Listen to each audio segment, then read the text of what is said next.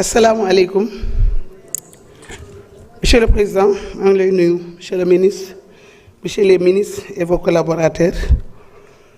Monsieur le Ministre, je me demande ce programme qui foncier ou diaspora accès ni litige. Ban programme nga entamé pour le foncier des Sénégalais de la diaspora?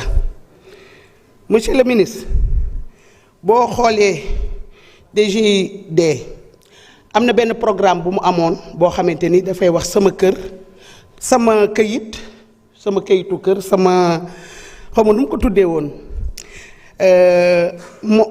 sama kër sama kaaraange moom la amoon ñuy wax ndax programme boobu duñ ko jéem a delloosiwaat pour les Sénégalais de la diaspora nga xamante ni ñu ngi dund toujours des litiges ci kër yi nga xamante ni moom la ñuy wut fii. Monsieur le ministre, pourquoi pas ñu créer banque de la diaspora pour faciliter suñu transfert d'argent yi, pour faciliter diaspora bon bi nga xamante ni ñu ngi koy wut ci diaspora bi, pour faciliter ñu ko, pour éviter aussi le problème des devises. Ñun dañuy am problème ci suñu localité yi ci bu ñu bëggee jël xaalis bu bari fas yéene ko dugal biir Sénégal dañuy am toujours des difficultés yoo xamante ni gis nga ko ak diaspora bon bi da ngay jël xaalis bëgg ko transférer banque bi toujours daf lay bloquer pour xaalis bu bari bi nga mën a bëgg a transférer daf lay të loolu nag yaakaar naa di nga ci wut saafara.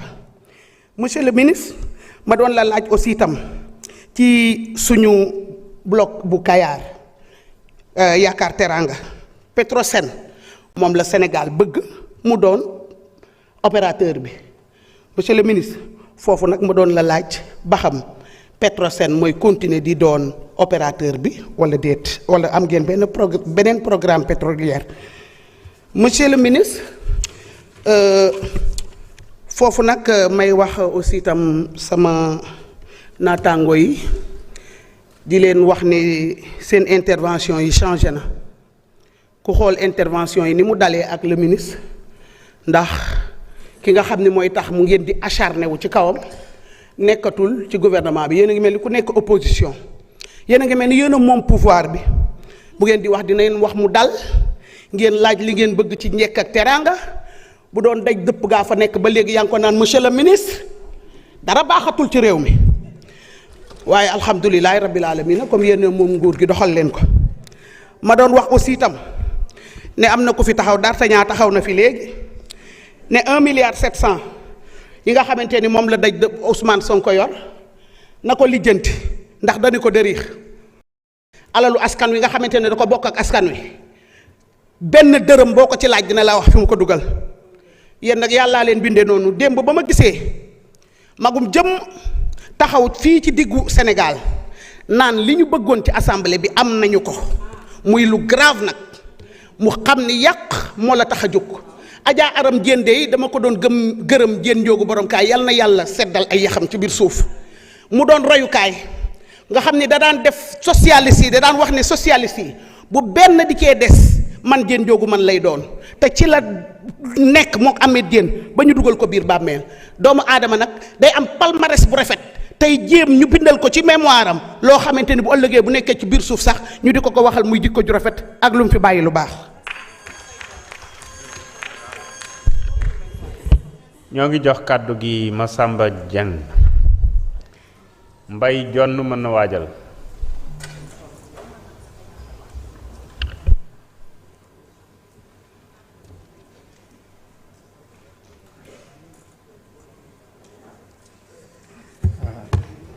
Merci beaucoup, Monsieur le Président. Je vous remercie de m'avoir donné la parole. Monsieur le ministre, ñu ngi leen di nuyu tous vos collaborateurs, honorables députés, ñu ngi leen di nuyu bu baax. Monsieur le Président, balaa may commencer rek da nga may permettre ma jàlle une femme Khadigna dans le village de Kër Samba Malick, emportée avant-hier par la foudre. mu doon phénomène boo xamante ni c'est un peu récurrent dans le département de Nioro du Rip parce que l'année passée à pareil moment 2 enfants du village de Médina Thiamène sont aussi emportés par la foudre. Donc mu nekk loo xamante ni dañ ci interpeller le gouvernement que c'est des situations très fréquentes dans le département de Nioro du Rip. Donc ça nécessite véritablement que le gouvernement intervienne dans ce sens pour protéger la vie de nos populations. Monsieur le ministre, le débat d'orientation budgétaire est un moment privilégié pour traduire les aspirations de nos concitoyens en priorités budgétaires concrètes. Dans un contexte mondial marqué par de fortes incertitudes, les tensions au Moyen-Orient, notamment entre l'Iran, les États-Unis et l'Israël, les fluctuations des prix de l'énergie, ainsi que les perturbations du commerce mondial rappellent à tous les États la nécessité de bâtir des économies résilientes et de consolider les finances publiques. Face à ces défis, les orientations budgétaires doivent permettre de préserver les équilibres macroéconomiques tout en accélérant les investissements et en répondant aux aspirations des populations. C'est dans cet esprit que nous apprécions les efforts engagés par le gouvernement pour inscrire notre pays dans la trajectoire de transformation économique portée par la vision Sénégal 2050. Cependant, la réussite de cette ambition dépendra de la nécessité, de la capacité à réduire les inégalités territoriales et à faire du monde rural un véritable moteur de croissance. Monsieur le ministre, le département de Nioro présente beaucoup d'attentes qui sont urgentes. Notre première priorité est l'agriculture, principale activité économique de la population. Il est indispensable d'accroître les investissements dans l'aménagement hydro-agricole, la mécanisation, l'accès aux semences de qualité, aux engrais, ainsi que le développement des infrastructures de stockage et de transformation des produits agricoles. Monsieur le ministre, la deuxième priorité concerne les infrastructures routières. Plusieurs axes reliant les communes du département sont encore dégradés, ce qui freine les échanges économiques et complique l'accès aux services essentiels.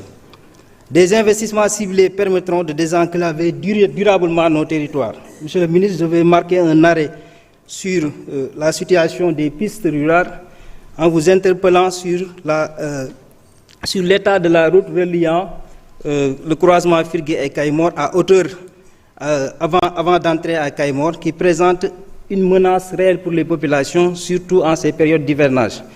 Donc des accidents mortels sont souvent notés à cette hauteur. La route aussi Dramé-Escale, Kermodjeben-Dramé-Escale, donc c'est un axe stratégique pour le développement économique du département de Nioro du Rip, mais notamment aussi la route Dramé-Escale-Wakunguna. Nous devons également renforcer les investissements dans la santé, en améliorant les plateaux techniques des structures sanitaires, construire de nouveaux postes de santé dans des zones sous-équipées. La fourniture aussi d'ambulances donc, au niveau de beaucoup de postes de santé de communes, notamment la commune de Dramé-Escale. Merci. Je vous remercie, monsieur le ministre. Ñu ngi jox kàddu gi honorable Mbaye Dione di wax Koumba Ndiaye mu waajal. Monsieur le Président de l'Assemblée nationale, Monsieur le ministre de l'économie, des finances et du plan, Monsieur le ministre de la